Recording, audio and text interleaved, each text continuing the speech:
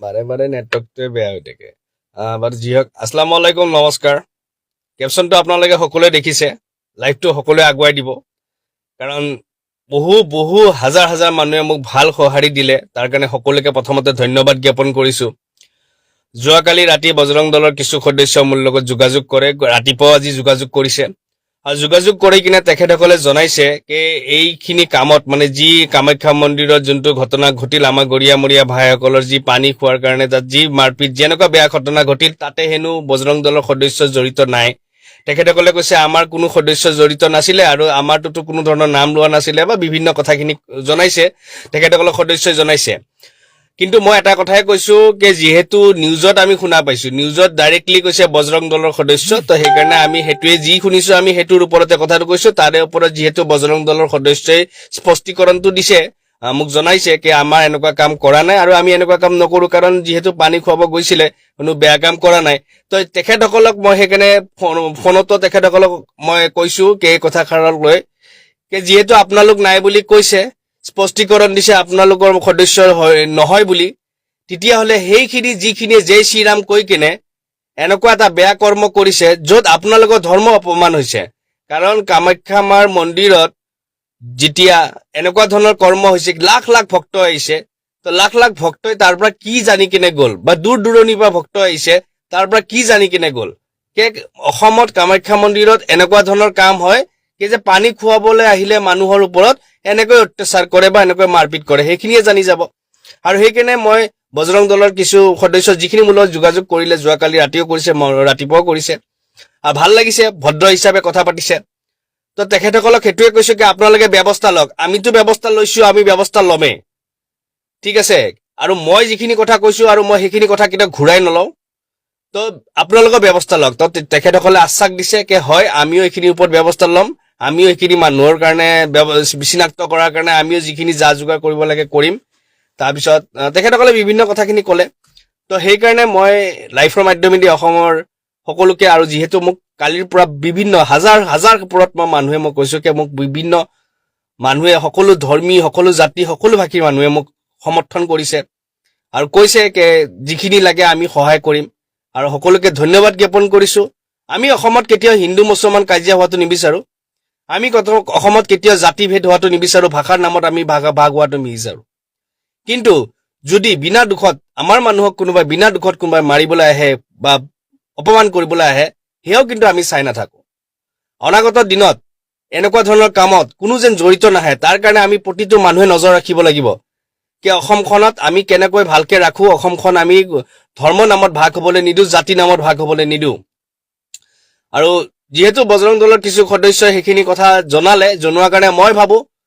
যেহেতু কালিৰ পৰা বহুত মানুহে মোক সঁহাৰি জনাইছে মই সকলোকে ব্যক্তিগত হিচাপে হয়তো মই জনাব নোৱাৰিম তো সেইটো কাৰণে মই লাইভৰ মাধ্যমেদি আহিছো সেইকাৰণে আপোনালোকে লাইভটো আগুৱাই দিব যে তেখেতসকলে যিহেতু কৈছে যে তেখেতসকলৰ সদস্য নহয় বুলি কৈছে তথাপিতো তেখেতসকলে কৈছে যে আমি তথাপিতো চালিজাৰি চাম আমিও চাম আৰু মই তেখেতসকলক কৈছো যে আপোনালোকে চালিজাৰি চাওক আমি আৰক্ষী হাতত দিছো আৰক্ষীয়ে চালিজাৰি চাওক কাৰণ সেইখিনি কালপিতক শাস্তি দিব লাগে যোনে কি হওক কাৰণ সেইখিনি যদি আজি শাস্তি নাপায় তেতিয়ালে কালিলৈ অসমৰ পৰিৱেশ এনেও বেয়াৰ পিনে ঢাল খুৱাব সেইখিনিয়ে ঢাল খুৱাব আৰু তেনেকুৱা পৰিৱেশ আমি নিবিচাৰো এইখন অসম শংকৰ আজানৰ দেশ বুলি আমি কওঁ এইখন অসম আমি লাচিত বৰফুকন বাঘ হাজৰিকাৰ দেশ বুলি কওঁ হয়নে কাৰণ এইখন অসমত আমি ধৰ্ম নামত ভাগ হ'বলৈ শিকা নাই ধৰ্ম নামত আমি মৰম বিলাবলৈহে শিকিছো আৰু হেনেকুৱা এটা ক্ষেত্ৰত যেতিয়া আমাৰ মানুহে মৰম বিলাবলৈ গৈছে তাত কোন কি হয় মই ক'বলৈ যোৱা মানুহ হিচাপে কৈছো মৰম বিলাবলৈ গৈছিলে আৰু সেই মৰম বিলাব যোৱাত যদি তেখেতসকলে যদি অপমান তেখেতসকলে মাৰ খাবলৈ লগীয়া হয় তেতিয়াহ'লে হেয়ানেকা কৰা কাকুকে খাস এৰি দিয়া নহয় সিধা কথা আৰু মই লেংটা কৰি কুবাম বুলি যে কৈছিলো হেতু তেখেতসকলে কৈছে যে বেয়া লাগিছে অলপমান আমাৰ এনেকুৱা ক'লে হয় বেয়া লাগিছে মই জানো কিয় বেয়া নালাগিব আমাৰ তাতকৈ বেছি বেয়া লাগিছে যে আমাৰ নিৰ্দোষী মানুহৰ ওপৰত এনেকৈ অত্যাচাৰী চলাইছিলে সেইকাৰণে হেখাৰ কথাৰ ওপৰত মই কেতিয়াও স্পষ্টীকৰণ নিদু কাৰণ হেতু মই সেইখিনি মানুহৰ কাৰণে কৈছো যিখিনি মানুহে এনেকুৱা কাম কৰিছে হেতু এতিয়া বজৰং দলৰ হ'ব পাৰে নহব পাৰে তেখেতসকলে জানে মই তাতে স্পষ্টীকৰণ মোৰটো নাথাকে একো মই কৈছোৱে লেংটা কৰি কুবাম আৰু এটো এটা কাৰণে কৈছো কাৰণ যেহেতু সেইখিনি মানুহ যিখিনি মানুহে পানী বিলাবলৈ গৈছিলে কোনো দুখ কৰা নাছিলে আৰু সেইখিনি মানুহে অপমান সেইখিনি মানুহে মাৰপিট যদি খাবলগীয়া হৈছে তেতিয়াহ'লে তেনেকুৱা কৰা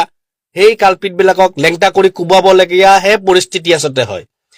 তো সেনেকুৱা কথাত স্পষ্টীকৰণ নাহে কিন্তু ভাল লাগিছে কে বজৰং দলৰ সদস্য যিখিনি সদস্য ভাল ল'ৰা ভালকে ব্যৱহাৰ কৰিছে ভালকে কথা পাতিছে স্পষ্টীকৰণটো দিছে কে আমাৰ ল'ৰা আমি জড়িত নাছিল বুলি আৰু নাছিল যদি কৈছে তেতিয়াহ'লে ময়ো ভাবো কে আমি সকলোৱে এইটোৰ ওপৰত আচলতে মিলিব লাগে আৰু মিলি কিনে আমাৰ এটা কথাই সিধা কথা এটাই কথা যিখিনিয়ে কৰিছে সেইখিনি শাস্তি দিয়াব লাগে বজৰং দলকো অনুৰোধ থাকিলে কে বজৰং দলৰ ল'ৰাখিনিও আচলতে সদস্যখিনিও আচলতে এই যিখিনি কালপিত আছিলে সেইখিনিৰ ওপৰত ব্যৱস্থা ল'বলৈ কাৰণে আপোনালোকে আগবাঢ়ি আহক কাৰণ কামাখ্যা মাৰ মন্দিৰত এনেকুৱা ধৰণৰ কৰ্ম কৰাটো মই ভাবো কেতিয়া গ্ৰহণযোগ্য নহয় যোনে কৰিছে তাক আপোনালোকেও মিলি কিনে শাস্তি দিয়ক কাৰণ আপোনালোকৰ নাম জয় শ্ৰীৰাম নাম লৈছেতো নাম জয় শ্ৰীৰাম নাম লৈ কিনেতো তেনেকুৱা কাম কৰিছে আপোনালোকৰ সংগঠনৰ নাম গৈছে তেতিয়াহ'লে আপোনালোকেও সেইখিনিৰ কাৰণে তদন্ত কৰক আৰু সেইখিনি মানুহক উচিত শাস্তি দিয়াবলৈ চেষ্টা কৰক সেইখিনিয়ে মোৰ থাকিলে আৰু প্ৰতিজন বাৰে বাৰে এটাই অনুৰোধ কৰিছো কোনো ধৰ্ম নামৰ কাজিয়া নকৰিব ভাষা নামৰ কাজিয়া নকৰিব জাতি নামৰ কাজিয়া নকৰো আমাৰ যুঁজ কোনো ধৰ্মৰ লগত নাই কোনো জাতিৰ লগত নাই কোনো ধৰ্মৰ লগত নাই আমাৰ সেইখিনি বেয়াল মানুহৰ লগত আছে যিখিনি বেয়াই মানুহে প্ৰত্যেকটো বাৰে অসমত ধৰ্ম নামত জাতি নামত ভাষা নামত কাজিয়া কৰিব চেষ্টা কৰে ৰুবুল আহমেদৰ যুঁজ সেইখিনি মানুহৰ লগত কোনো ধৰ্মৰ লগত নাই কোনো জাতিৰ লগত নাই কোনো ভাষাৰ লগত নাই আৰু শেষত অসমৰ প্ৰতিজন মানুহক যোৱাকালিৰ পৰা যিমান মানুহে মোক সমৰ্থন কৰিছে সাপোৰ্ট কৰিছে মৰম কৰিছে সকলোকে ধন্যবাদ জ্ঞাপন কৰিছো কে